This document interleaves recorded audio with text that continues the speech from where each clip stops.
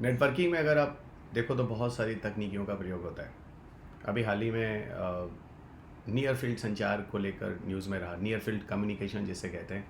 Google पे और Apple iPhones किसी तरीके से इन्होंने नियर फील्ड संचार की तकनीकों का उपयोग करना प्रारंभ किया है। सो नियर फील्ड अगर कम्युनिकेशन या संचार की बात करें तो आपके पेपर में 2015 में भी प्रारंभिक परीक्षा में क्वेश्चन पूछा जा चुका है। नियर फील्ड संचार विज्ञान प्रौद्योगिकी से जुड़ा हुआ टॉपिक है और जैसा कि आप सब जानते हैं विज्ञान तकनीकी और पर्यावरण से जुड़े हुए जितने भी समसामयिकी होते हैं उनको लेकर लगातार मैं आप सबके साथ अनअकैडमी के यूट्यूब प्लेटफॉर्म पे जुड़ा होता हूँ। ये मेरा लेसन नंबर 88 है और उम्मीद करता हूँ इसके पहले के सारे वीडियोज़ आपने देख लिए, नहीं देखे हैं तो देखते रहिएगा। पिछले साल 2022 के प्रारंभिक परीक्षा में करीब 6 क्वेश्चन इन्हीं वीडियो से रहे हैं। ये टॉपिक्स बहुत महत्वपूर्ण जो टॉपिक्स होते हैं उन्हें लेकर मैं बनाता हूँ और साथ ही साथ जो आपके समसामयिकी में चल रहे होते हैं। सो आइए बात करते हैं नियर फील्ड संचार को लेकर गूगल पे कैसे यूपीआई से जोड़कर पैसे वगैरह के लेन देन में उपयोग करता है और साथ ही साथ एप्पल आईफोन में भी कहाँ इसका प्रयोग प्रारंभ हुआ है। वीडियो की शुरुआत में आपको अपने बारे में बता दूं, मेरा नाम डॉक्टर रवि अग्रवाल है। मैंने आई दिल्ली से पीएचडी की डिग्री ली है। मेरी एक संस्था है पूर्वांचल आईएएस के नाम से गोरखपुर में, जहाँ मैं आपको फेस टू फेस कक्षाएं देता हूँ। विज्ञान तकनीकी और पर्यावरण विषय पढ़ाता हूँ। 18 वर्षों से आपको लगातार पढ़ाता रहा हूँ। 1000 से अधिक विद्यार्थी हैं जो सिविल सेवा में चयनित हो चुके हैं। मेरी 2 किताबें आती हैं, दोनों मैकग्रा हिल पर प्रकाशित होती हैं। एक विज्ञान तकनीकी और दूसरा पर्यावरण से आती है। ये किताबें आज इंडिया में सबसे ज़्यादा सेलिंग बुक में भी हैं।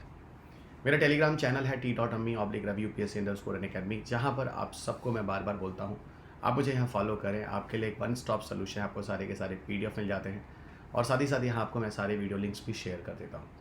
तो आप मेरे साथ यहाँ हमेशा वीडियोज़ के लिंक्स और PDF के लिए जुड़ सकते हैं। मेरा अनअकैडमी प्रोफाइल है academy.com/revipgrade2010। यहाँ पर आपको मेरी सारी की सारी प्लस की क्लासेस मिल जाती हैं। प्लस के अतिरिक्त आपको मेरी स्पेशल क्लासेस भी मिल जाती हैं। स्पेशल क्लासेस निःशुल्क होती हैं, जो कि आप में से कई विद्यार्थी अनअकैडमी पर अगर पेड कोर्सेज लेना चाहते हैं तो प्लस पर, और निःशुल्क क्लासेस करना चाहते हैं स्पेशल पर आके ज्वाइन कर सकते हैं। ये भी एक स्टॉप सोल्यूशन है, यहाँ पर मुझे फॉलो कीजिए, आप सबका काफ़ी फ़ायदा होने वाला है। मेरा कोड रवि यूपीएससी है। जब भी आप कोर्स को ज्वाइन करते हैं रवि यूपीएससी कोड को यूज़ करने पर आपको अतिरिक्त 10% तक छूट मिल जाती है।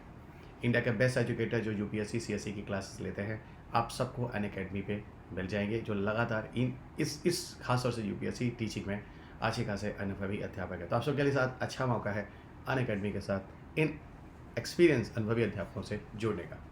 अनअकैडमी ने आप सबको एक मेंस मेंटरशिप प्रोग्राम भी प्रारंभ किया है 2022 के लिए, खासतौर से यूपीएससी सीएससी लर्नर्स के लिए। यहाँ आपको अगर इसे ज्वाइन करना है तो इस QR कोड को स्कैन करें। 1 मंथ का एक्सटेंशन प्रोग्राम भी यहाँ आपको दिया जा रहा है। लाइव मेंटरशिप होती है, आप टीचर के साथ, टॉप एजुकेटर्स के साथ जुड़ेंगे और यहाँ पर आपको आंसर राइटिंग प्रोग्राम भी लगातार कराया जाएगा। आगे बढ़ते हैं, आपको अनअकैडमी क्यों जाना चाहिए। इसके लिए सबसे बड़ी बात है आपको अच्छे खासे एजुकेटर्स के ऑप्शंस मिल जाते हैं। आप कोर्सेज की फ्लैक्सिबिलिटी ले सकते हैं, कोर्सेज को किस हिसाब से कैसे देखना है। अनलिमिटेड व्यूज़ भी है, कोई लिमिटेशंस नहीं है। डाउट सॉल्विंग सेशंस भी होते हैं बहुत सारे। प्रिंटेड कॉम्प्रिहेंसिव नोट्स आपको कोर्स ज्वाइन करने के साथ ही दे दिया जाता है। लाइव मेंटरशिप में आपको मेंटोर आता है, आपके साथ कनेक्ट होता है लाइव सेशंस में, और डेली आंसर राइटिंग प्रैक्टिस भी आपको दी जाती है। 2021 में 118 से अधिक विद्यार्थी हमारे द्वारा किसी न किसी तरीके से सहयोग लेकर इस परीक्षा में चयनित हो चुके हैं। यूपीएससी सीएससी जो टेस्ट सीरीज़ है वहाँ पे आपको जनरल स्टडीज़ के अतिरिक्त ऑप्शनल वैकल्पिक विषय की भी टेस्ट सीरीज़ आपको 2022 के लिए दी जा रही है। 15 टेस्ट आपको जनरल स्टडीज़ में किए जा रहे हैं, सेक्शनल, फुल लेंथ और एसे के साथ, और वहीं पर ऑप्शनल टेस्ट सीरीज़ में आपको 8 से अधिक टेस्ट दिए जाएंगे। मेरा कोड रवि यूपीएससी है। जब भी आप कोर्स को ज्वाइन करना हो रवि यूपीएससी कोड को जरूर यूज़ कीजिएगा। फाइनली हम बात करते हैं नियर फील्ड कम्युनिकेशन तकनीकी को लेकर जो समसामयिकी का विषय रहा है। अब यहाँ पर बात होती है असल में हुआ क्या है। गूगल पे ने टैप सिस्टम लॉन्च किया है। टैप टू टैप करके सिस्टम लाया है। असल में इसमें होता क्या है, 2 मोबाइल फ़ोन्स को या डिवाइसेस को जो असल में नियर फील्ड कम्युनिकेशन से इक्विप्ड होते हैं उनको एक दूसरे के पास लाते हैं। ओके, टैप टू टैप के नाम से भी कहा जा सकता है, और इनके द्वारा उनको हम एक दूसरे डिवाइसेस के साथ जोड़ सकते हैं। असल में जैसे यूपीआई गूगल पे ने क्या किया, जो यूपीआई सिस्टम होता है, गूगल पे ने यूपीआई सिस्टम के साथ भुगतान करने के लिए टैप टू ऐप प्रोग्राम लाया है। यहाँ पर सबसे बड़ी चीज़ क्या है, इस प्रोग्राम को यूज़ करने के लिए नियर फील्ड कम्युनिकेशन प्रणाली का उपयोग किया है। इसके अलावा आपको बताऊँ तो टैप टू टैप यानी नियर फील्ड कम्युनिकेशन तकनीकी जो हम आपसे बात करने वाले NFC तकनीकी, एप्पल आईफोन ने भी टैप टू पे की पेशकश की है फरवरी 2022 से। यानी ये 2 न्यूज़ है जो समसामयिकी में नियर फील्ड कम्युनिकेशन को लेकर आते हैं। तो इसी साल 2022 में गूगल पे यूपीआई सिस्टम के द्वारा जो पेमेंट ट्रांजैक्शन है वहाँ पर एनएफसी लेकर आता है। और वहीं दूसरी तरफ फरवरी 2022 में एप्पल आईफोन भी टैप टू पे सिस्टम को यहाँ पर भी नियर फील्ड कम्युनिकेशन से जोड़ने की कोशिश करता है। अब आपको बताते हैं एक्चुअल में है क्या यहाँ पर है क्या।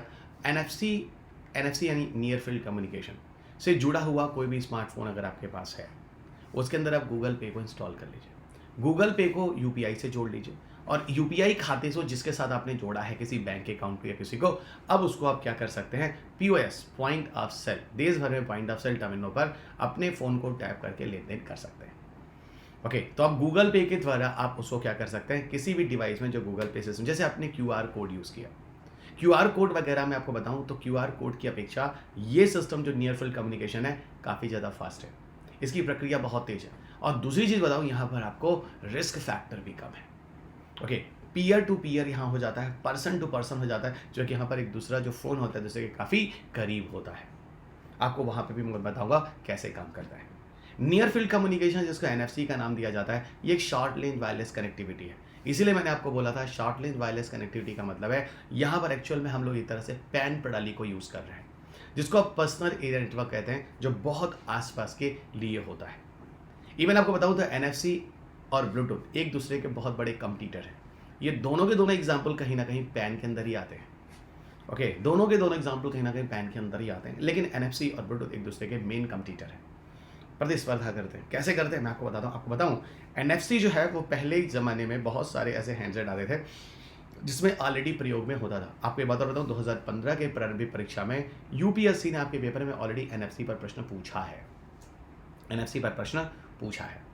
ओके, एनएफसी के साथ कुछ दिक्कतें भी हैं। एनएफसी ठीक है, काफ़ी सिक्योर है, काफ़ी पास में डिवाइसेस को जोड़कर, है ना, ट्रांजैक्शन के लिए यूज़ किया जाता है, या एक मोबाइल फ़ोन को दूसरे मोबाइल से जोड़कर हम यूज़ करते हैं, ये सारा का सारा एनएफसी है। लेकिन यहाँ पर पता है क्या, यहाँ जो डेटा ट्रांसमिशन होता है ना, यहाँ जो डेटा का संप्रेषण होता है, डेटा एक जगह से दूसरी जगह भेजा जाता है, उसकी गति बहुत धीरे होती है। पहली चीज़, उसका डेटा संप्रेषण बहुत धीरे होता है। दूसरा, डेटा संप्रेषण के अलावा मैं एक बात और आपको बता दूं, इसके अलावा ये काफ़ी सिक्योर होता है, काफ़ी सुरक्षित होता है। यहाँ पर डेटा संप्रेषण के साथ साथ इसकी आवृत्ति कम होती है, और आवृत्ति कम होने की वजह से ये पावर कम लेता है, एनर्जी कम लेता है बैटरी का। इसीलिए जो बैटरी का डिस्चार्ज वगैरह होता है यहाँ पर काफ़ी देर से होता है। लेकिन वहीं पर अगर हम ब्लूटूथ की बात करें, उसका डेटा संप्रेषण की स्पीड फास्ट होती है, तो वहाँ ब्लूटूथ अच्छा हो गया। लेकिन बैटरी का कंजम्पशन ब्लूटूथ का फास्ट होता है, तो वहाँ ब्लूटूथ जो हो गया वो अच्छा नहीं हुआ। तो मेरा कहने का मतलब है, एनएफसी और ब्लूटूथ डिवाइसेस को लेके कंपैरिजन करें तो कुछ मामले में आपको एनएफसी, कुछ मामले में ब्लूटूथ बेटर मिलेगा। फिलहाल आज की नई जनरेशन जो है वो पक्का डेटा संप्रेषण को प्रायोरिटी देगी। ये सर इंटरनेट या इस तरह के डेटा का ट्रांसफर फास्ट होना चाहिए, data transfer one mobile phone से अनदर मोबाइल फोन। ये पूरा का पूरा जो सिस्टम है वो शॉर्ट रेंज वायरलेस कनेक्टिविटी पर आधारित है, ये कम दूरी की वायरलेस कनेक्टिविटी पर आधारित है। ये पूरा का पूरा एनएफसी सक्षम जो डिवाइस होता है, जैसे स्मार्टफोन है, टैबलेट्स है, इसके अलावा पहनने जैसे आजकल वेरेबल डिवाइसेस आते हैं, जैसे घरों में नहीं घड़ियाँ हाथों में घड़ियाँ पहनते हैं। इसके अलावा जो भुगतान वगैरह करने के लिए जो कार्ड्स होते हैं, अन्य डिवाइसों में भी एनएफसी एक उचित तरीका दे सकता है, एक अच्छा तरीका हो सकता है। अब इसके लिए क्या कर सकते हैं, ये तो डिवाइसेस थी, ये उपक्रम थे जिसके अंदर एनएफसी को यूज़ करते हैं, ठीक है। तो बिलों का भुगतान कीजिए, व्यवसाय वगैरह में कार्ड वगैरह का आदान प्रदान करने के लिए, कूपन डाउनलोड करने के लिए, शोध पत्र वगैरह साझा करने के लिए, कुछ उदाहरणों को मैंने यहाँ पर आपको लेकर समझाने की कोशिश की है। एनएफसी के थ्रू क्या कर सकते हैं, या आप खुद देख सकते हैं कि गूगल पे के द्वारा जो पेमेंट ट्रांजेक्शन हो रहा है वो एनएफसी के माध्यम से हो रहा है। और यहाँ भी उपक्रम को यानी डिवाइस को बहुत करीब रखना पड़ता है गूगल पे के द्वारा पैसा वगैरह ट्रांसफर करने के लिए। फिलहाल इनके पीछे बहुत ज़्यादा जाने की ज़रूरत है, इनके इतिहास में, दुनिया में कब लाए, क्या गूगल वैलेट लाए, एप्पल लाए। लेकिन हाँ, एक चीज़ ज़रूर बताऊंगा, ये पूरा का पूरा जो सिस्टम होता है वो रेडियो फ्रीक्वेंसी आइडेंटिफिकेशन के द्वारा काम करता है, यानी RFID प्रणाली के अंतर्गत आता है। तो ये पूरा का पूरा जो प्रणाली है वो RFID सिस्टम के अंदर आता है, जिसे रेडियो फ्रीक्वेंसी आइडेंटिफिकेशन के नाम से जानते हैं। और रेडियो फ्रीक्वेंसी आइडेंटिफिकेशन हम करते क्या हैं, सीधी वही बात, टैग टू टैग करना और ट्रैक करना, ठीक है। अब जैसे आपको बताऊं, अगर आपने कभी बिग बाजार से या स्पेंसर से कभी सामान खरीदा, उसमें क्या होता है बच्चा, एक क्या होता है, एक बारकोड होता है। अब बारकोड रीडर से आए तो उस बारकोड को रीड कर लेते हैं, एग्जैक्टली। और ये वहाँ पे भी क्या होता है दोस्त, RFID होता है। अरे आप लोगों ने जो फास्टैग यूज़ किया है, करते नहीं करते गाड़ियों में, उसमें भी RFID होता है, ठीक है। और यहाँ पे भी रेडियो फ्रीक्वेंसी की मदद से ही NFC डेटा ट्रांसफर करता है। पर यहाँ पर जो तकनीकी होती है, ठीक है, रेडियो फ्रीक्वेंसी का यूज़ किया जाता है, उसको कहते हैं मैग्नेटिक देखिएगा, उसको कहते हैं मैग्नेटिक रिजोनेंस, इसको बोलते हैं मैग्नेटिक रिजोनेंस।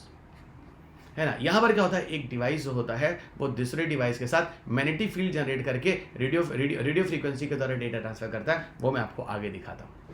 फिलहाल ठीक है, नोकिया ने 2007 में पहला NFC सक्षम फ़ोन बनाया। 2017 में शहर में मेट्रोपॉलिटन ट्रांजिट अथॉरिटी ने क्या किया, है ना, NFC वगैरह को मेट्रो के किराए के भुगतान के लिए, है ना। आपने देखा होगा दिल्ली मेट्रो में भी NFC का उपयोग किया था, पता है। और जो कार्ड लेके चलते हैं ना, मेट्रो कार्ड, उसको क्या करते हैं, उसको डिवाइस के ऊपर जो रखते हैं और गेट खुल जाता है, एक्चुअली में वो भी NFC अथॉरिटी है। मैंने अभी आपको क्या बोला था, मैग्नेटिक कपलिंग पर बेस होता है। ये देखिए, चुंबकीय युग्मन मैग्नेटिक कपलिंग पर होता है।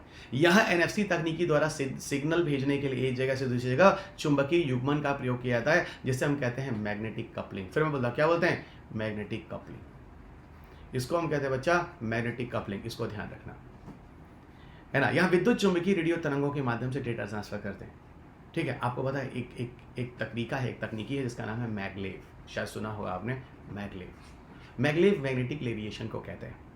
चुंबकत्व प्रभाव की वजह से ट्रेन को हम चलाते हैं मैगलेव तकनीकी की मदद से, और एकदम घर्षण रहित कंडीशन में चलाते हैं। और ये वही ट्रेन होती है, इसकी स्पीड 400-500 किलोमीटर प्रति घंटा होती है। यहाँ पे भी हम लोग मैग्नेटिक रेजोनेंस कपलिंग टाइप की ही तकनीकी का यूज़ करते हैं। एक मैग्नेट के ऊपर दूसरे मैग्नेट को फ्रिक्शनलेस कंडीशन में रखकर डेटा ट्रांसफर करते हैं। लेकिन आपको मैं बताऊं, यहाँ पर भी असल में आपको बताऊं तो विद्युत चुंबकीय रेडियो क्षेत्रों के माध्यम से ही डेटा प्रसारित किया जाता है। एक पिक्चर भी है जो मैं आपको दिखाता हूं, पर एक चीज ध्यान रखिएगा, यहाँ दूरी बहुत कम होती है, लगभग 10 सेंटीमीटर तक, ज़्यादा से ज़्यादा 20 सेंटीमीटर तक, 1 मीटर कभी नहीं होता। तो सर इसका मतलब अगर एक डिवाइस को दूसरे डिवाइस से कनेक्ट करना है, कनेक्ट करने के लिए तो और कम चाहिए, लगभग 4 सेंटीमीटर। जनरली जब पता है, जब लोग NFC to NFC कनेक्ट करते हैं, इतना कौन देखता है 4 सेंटीमीटर हुआ कि नहीं हुआ, वो एक डिवाइस के ऊपर दूसरा डिवाइस रख ही देते हैं। ले अब कौन 4 सेंटीमीटर हुआ, ऑटोमेटिक 4 सेंटीमीटर के अंदर आ गया। और एक बार अगर वो कनेक्ट हो जाता है ना, उसके बाद भी उसको 10 से 20 सेंटीमीटर के डिस्टेंस रखेंगे, डेटा ट्रांसफर होता है। पर 1 मीटर में नहीं होता। आपके UPSC में जब 2015 में प्रश्न पूछा गया, उन्होंने 1 मीटर भी कहा, नहीं, वो कभी नहीं। इसका मतलब गूगल पे करना है तो आपको 10 से 20 सेंटीमीटर, ठीक है। या आपको एप्पल आईफोन वालों को यूज़ करना है किसी iTunes या कुछ इस तरह का पेमेंट करने के लिए, तो वहाँ पे भी आपको कितना चाहिए, 10 से 20 सेंटीमीटर तक ही चाहिए। यहाँ पर आपको बताऊँ तो पूरी तरह से स्पर्श करने की ज़रूरत नहीं है, कुछ सेंटीमीटर के भीतर ही डेटा कनेक्ट हो सकता है। अब यहाँ देखिए, मैंने समझाने की कोशिश की है। देखिए होता क्या है, डेटा ट्रांसफर करने के लिए पहले एक डिवाइस दूसरे डिवाइस से मैग्नेटिक फील्ड के द्वारा जुड़ता है। मैग्नेटिक फील्ड चुंबकत्व एक चुंबकीय क्षेत्र जनरेट होता है, और यहाँ पर एक सेंडर होता है और एक रिसीवर होता है। अब एक चीज़ और आपको बताता हूँ, यहाँ देखिएगा, किसी NFC प्रणाली के अंदर होता क्या, किसी NFC प्रणाली के अंदर एक सक्रिय NFC डिवाइस होता है, एक निष्क्रिय यानी एक्टिव NFC डिवाइस और एक पैसिव NFC डिवाइस होता है। एक्टिव का मतलब होता है हमेशा पावर उसी फोन का लॉस होता है, और पैसिव का मतलब उसका पावर लॉस नहीं होता है। और साथ में एक होस्ट कंप्यूटर या एप्लीकेशन होता है जिसको द्वारा NFC to NFC जोड़ा जाता है। सक्रिय NFC डिवाइस जो होता है वो सक्रिय स्थिति में होता है, यानी हमेशा वो पावर कंजम्पशन, जो बैटरी के अंदर पावर होता है, उसका लॉस कर रहा होता है। ओके, ये भी चीज़ ध्यान रखिएगा। और आगे आपको लिए चलते हैं। NFC उपकरण 2 प्रकार के होते हैं। पहला जिसको कहते हैं, पहले से कहते हैं निष्क्रिय संचार NFC डिवाइस, और दूसरे से कहते हैं सक्रिय संचार NFC डिवाइस।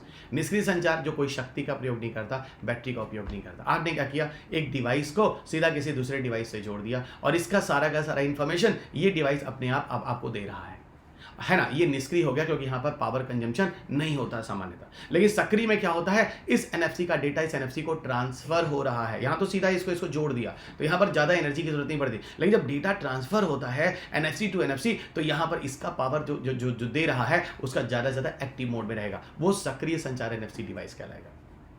ध्यान रखिएगा, ये 2 चीज़ें होती हैं, निष्क्रिय और संचार। अब बात होती है काम करने के तरीके में। यहाँ देखिए, बहुत सारे पिक्चर्स के थ्रू आपको काम करने के तरीकों पे समझाने की कोशिश। रीडर एंड राइटर, कुछ पढ़ना चाहते हैं, कुछ लिखना चाहते हैं, NFC से टाइप कर लीजिए। Peer to peer, mobile to mobile, अगर आप बहुत ही सेफ सिक्योर कोई भी चीज़ करना चाहते हैं, है ना, थोड़ी सी दूरी पर फिजिकल प्रॉक्सिमिटी लेकर यहाँ पर कर सकते हैं। जैसे आप किसी वॉलेट या मोबाइल फ़ोन को जोड़ना चाहते हैं, आप आराम से कर सकते हैं। और वायरलेस चार्जिंग, पता है आप लोगों को बहुत पहले मैंने एक वीडियो बनाया था, आप जाके ढूंढिएगा, विट्रिसिटी के नाम से या वायरलेस चार्जिंग के नाम से, वायरलेस चार्जिंग के नाम से। वहाँ मैंने आपको मैग्नेटिक रिजोनेंस कपलिंग के बारे में बताया था। क्या बताया था, मैग्नेटिक रिजोनेंस कपलिंग के बारे में बताया था। किसके बारे में बताया था, magnetic resonance coupling. Magnetic resonance coupling में क्या करते हैं, जैसे मान लीजिए, हाँ समझिएगा, मान लीजिए आप में से काफ़ी लोगों के पास वायरलेस चार्जिंग होगा या देखा होगा। ये एक वायरलेस चार्जिंग है और ये उसका प्लस और माइनस वायर है, ये प्लस वायर है और ये माइनस वायर है। होता है कि जब हम इसको ऑन करते हैं या जब हम इसको ऑफ करते हैं, 2 ऑप्शन हो गए। ऑन करते हैं तो ये डिवाइस क्या करता है, एक चुंबकीय क्षेत्र उत्पन्न करता है, मैग्नेटिक फील्ड उत्पन्न करता है। क्या करता है, एक चुंबकीय क्षेत्र उत्पन्न करता है, मैग्नेटिक फील्ड उत्पन्न करता है। इस मैग्नेटिक फील्ड या चुंबकीय क्षेत्र का एक डिस्टेंस होता है। मान लीजिए आपको 5 सेंटीमीटर 10 सेंटीमीटर तक के डिस्टेंस पे चुंबकीय क्षेत्र उत्पन्न होता है। और मेरे हाथ में मान लीजिए एक मोबाइल फ़ोन है। इस मोबाइल फ़ोन में क्या होता है बच्चा पता है, नीचे क्या होता है, मैग्नेटिक फील्ड रिसीवर होता है। और क्या करता है, इसी मैग्नेटिक फील्ड को रिसीव करके उसको एनर्जी में कन्वर्ट कर देता है, धीरे धीरे बैटरी चार्ज हो रही होती है। यहाँ पर इस डिस्टेंस में असल में इस मैग्नेटिक फील्ड को दूसरे मैग्नेटिक फील्ड के साथ इंटरकनेक्ट किया जाता है, उसी को कहते हैं मैग्नेटिक रेजोनेंस कपलिंग। और यहाँ पर जो फ़ोन होता है वो चार्जिंग हो जाती है। इस तरह की NFC सिस्टम से भी हम फ़ोन को चार्जिंग कर सकते हैं। ऐसा कहा जाता है जैसे आपके हाथ में क्या है, मान लीजिए वेरेबल डिवाइसेस है, वो घड़ी जो आपके पल्स बताती है और चीज़ें बताती है, उसको भी आप NFC के द्वारा उस घड़ी को चार्ज कर सकते हैं। है ना इंटरेस्टिंग चीज़। ठीक है, NFC के द्वारा उस घड़ी को भी चार्ज कर सकते हैं बच्चा, जो वेरेबल डिवाइसेस आप लोग हाथों में लेते हैं और आपके लिए चलता। यहाँ देखिए बहुत सारे एप्लीकेशन आपको दिखा रहे हैं। रीडर मोड देखें, किसी रीडर मोड किताब की चीज़, मोबाइल फ़ोन की चीज़ें आप यहाँ प्रिंटिंग कर सकते हैं। आप यहाँ देखिए किसी मोबाइल फ़ोन की चीज़ें आप सीधा कोई कैश वैश देने के लिए कर सकते हैं। यहाँ देखिए mobile to mobile peer connection कर सकते हैं। और बगल देखिए वॉच ईयरफोन की चार्जिंग के लिए कर सकते हैं, उसको अप्रोच कर सकते हैं। ये आपको दिखा रहा है NFC कहाँ किन क्षेत्रों में उपयोग हो सकती है। सुरक्षा के हिसाब से तो पूछिए नहीं, ये पूरी तरह से सुरक्षित है। यहाँ पर किसी तरह की कोई भी दिक्कत नहीं है। ठीक है, यहाँ पर निकट क्षेत्रीय संचार के साथ यहाँ पर जानबूझकर कार्रवाई की जानी चाहिए। और आपको लिटरली बताऊँ, ये काफ़ी हद तक सुरक्षित है, क्योंकि एक डिवाइस दूसरे डिवाइस से काफ़ी करीब है। तो यहाँ पर आप एक दूसरे को काफ़ी हद तक देख रहे हैं। यहाँ पर किसी तरह की मानवीय त्रुटि की भी संभावना नहीं है। उपलब्धता का फिलहाल आपको बताऊँ तो अधिकांश एंड्रॉइड फ़ोन्स में तो मिलते हैं। आईफोन वालों ने भी जो आईफोन 6 आया और उसके बाद के वर्जन है, उन्होंने उसमें भी देना शुरू कर दिया। लेकिन एप्पल के लिए बता दूँ, एप्पल ने सिर्फ एप्पल पे के लिए ही अपने उपकरणों पर NFC की सुविधा दी है, ना कि किसी और पे। ये भी ध्यान रखिएगा। अब देखिए भविष्य में हम क्या करने वाले हैं, स्मार्ट घर, पूरा घर पूरे मोबाइल फ़ोन से NFC के द्वारा जोड़ लीजिए। IoT, इंटरनेट ऑफ थिंग्स, यानी किसी वस्तु को आप इंटरनेट के साथ रेगुलेट कर लीजिए, है ना। और वो इंटरनेट के साथ रेगुलेट कैसे करेंगे, हो सकता है आप उसको NFC के द्वारा भी जोड़ सकते हैं। 5G है, देखिए समय के साथ हिसाब से 5G आ रहा है, इसलिए बोला जा रहा है, वैज्ञानिक कह रहे हैं 5G वगैरह आने से IoT टाइप की जो तकनीकें होंगी और ज़्यादा विकसित होंगी। इंटरनेट से आप बैठे जैसे अभी मैं आपको बताता हूँ, 4-6 महीने पहले मैंने एक वॉशिंग मशीन ली, और उस वॉशिंग मशीन को मैं घर के बाहर से ऑन और ऑफ कर लेता हूँ। क्यों, घर के अंदर वाईफाई है। और हमारे अपने वॉशिंग मशीन को मैंने क्या किया, उस घर के वाईफाई के साथ जोड़ लिया। और हमारे मोबाइल फ़ोन में क्या, उस वाईफाई उस वॉशिंग मशीन में क्या है, एप्लीकेशन है। और मेरे मोबाइल फ़ोन में क्या है, 4G है। तो मैं मोबाइल फ़ोन से अपने घर की क्या चला सकता हूँ, इंटरनेट के द्वारा अपना ये वॉशिंग मशीन चला सकता हूँ। इस तरह की चीज़ों को IoT कहते हैं। तो कहीं ना कहीं भविष्य में नियर फील्ड कम्युनिकेशन टाइप की चीज़ें इस तरह की चीज़ों को बूस्टअप करेंगी। एकीकृत स्मार्टफोन हो सकता है, मतलब एक ही स्मार्टफोन से आप बिल ट्रांजैक्शन कर रहे हैं, phone to phone data transfer कर रहे हैं, गाना सुन रहे हैं, किसी डिवाइस को कर रहे हैं, ये सारा का सारा NFC हो सकता है। तो एक स्मार्टफोन एकीकृत कर सकता है बहुत सारे कामों को, इसी को क्या बोलते हैं, एकीकृत स्मार्टफोन अनुप्रयोग। ये होता है आपके NFC के डिफरेंट एप्लीकेशंस। अब समझ में आया मित्र। और आपके पेपर का जो 2015 के प्रारंभिक परीक्षा का प्रश्न आया है, आप स्क्रीन पे देखें, यहाँ पर आप सारा का सारा देख सकते हैं। 2015 के प्रारंभिक परीक्षा का प्रश्न पूछा जा रहा है, नियर फील्ड कम्युनिकेशन प्रौद्योगिकी के संदर्भ में निम्नलिखित में से कौन से कथन सही है। पहला, यह संपर्क रहित संचार तकनीकी है, यानी नॉन कॉम्पैक्ट, है ना, नॉन कॉन्टैक्ट, सॉरी कॉम्पैक्ट नहीं, कॉन्टैक्ट, है ना, संपर्क रहित संचार तकनीकी है जो विद्युत चुंबकीय रेडियो क्षेत्रों का उपयोग करती है। पहला। दूसरा कह रहा है NFC को ऐसे उपकरणों द्वारा उपयोग के लिए डिजाइन किया गया है जो दूसरे से 1 मीटर की दूरी पर हो सकते हैं। तीसरा, संवेदनशील जानकारी भेजते समय NFC एन्क्रिप्शन का उपयोग कर सकता है। मैं उत्तर नहीं बताने वाला, आप मुझे इसका आंसर लास्ट में, बिल्कुल लास्ट में इसको मुझे कमेंट बॉक्स में देंगे। आपको सारी चीज़ें मैं बता चुका हूँ। अंत में ये टेलीग्राम चैनल है, आप देख रहे हैं, अनअकैडमी प्रोफाइल है, ये भी आप जान रहे हैं। इन जगहों पर आप मेरे साथ जुड़े रहिएगा। मेरा कोड रवि UPSC, जब भी आप किसी कोर्स को यूज़ करें, रवि UPSC कोड को जरूर यूज़ करें। मेरा सब्सक्रिप्शन, अगर आप प्लस या आइकॉनिक सब्सक्रिप्शन लेना चाहते हैं, कॉम्बो, और कॉम्बो के थ्रू विदाउट कॉम्बो भी लेना चाहते हैं, चाहे जनरल स्टडीज़ के लिए या फिर ऑप्शनल के लिए, रवि UPSC कोड को यूज़ करने पर आपको किसी भी कोर्स को आप लेना चाहते हैं 10% तक अतिरिक्त छूट मिल जाती है। अनअकैडमी पर आपको लोन फैसिलिटी भी देता है, 0% EMI पर आप लोन फैसिलिटी दे सकते हैं अगर आप में से किसी को भी किसी भी तरह की फाइनेंशियल प्रॉब्लम है तो। अंत में इतना ही बोलूँगा, अनअकैडमी आपके सामने आपको 8 ऑप्शनल कोर्सेज भी लेकर आए, 5 जून से लगातार चल रहे हैं। और ये ऑप्शनल कोर्सेज में आपको स्कोर करना बहुत ज़रूरी होता है अगर आप लिटरली सिविल सेवा परीक्षा में उत्तीर्ण होना चाहते हैं। तो UPSC CSE का अगला बैच 29 जून से स्टार्ट हो रहा है, एज सुन एज पॉसिबल इसे ज्वाइन कर लें। ओके, और इसके साथ आपको सारी की सारी 20 GS बुकलेट्स भी दे दी जाती है। मेरा साइंस टेक एनवायरमेंट का कोर्स लगातार अनअकैडमी पे चल रहा है। हिंदी मीडियम की क्लासेस, शुद्ध हिंदी मीडियम की क्लासेस अनअकैडमी पर पहली बार चल रही हैं। बिल्कुल हिंदी मीडियम के विद्यार्थी से मिस ना करें। आप सबसे सविनय निवेदन है, आपको विज्ञान तकनीकी का एक नया ही तरीका पता चलेगा और ये भी समझ में आएगा विज्ञान तकनीकी बहुत ही आसान विषय है। इसे भी आप सुसंगठित, सुव्यवस्थित और क्रमबद्ध तरीके से इसकी पढ़ाई कर सकते हैं। अंत में इतना ही बोलूँगा, रवि यूपीएससी कोड को यूज़ करें और कोर्स को इनरोल करें। अंत में एक चीज़ और दोस्त, इस चैनल को सब्सक्राइब करना मत भूलिएगा, वीडियो को लाइक और शेयर करना मत भूलिएगा और अंत में जाकर इस पीडीएफ को आप टेलीग्राम ग्रुप से ले लें। तो धन्यवाद दोस्तों, अगले लेसन में आपके साथ फिर मुलाकात होगी। तब तक अपना ख्याल रखें, स्वस्थ रहें, खुश रहें, मस्त रहें, मुस्कुराते रहें। जय हिंद।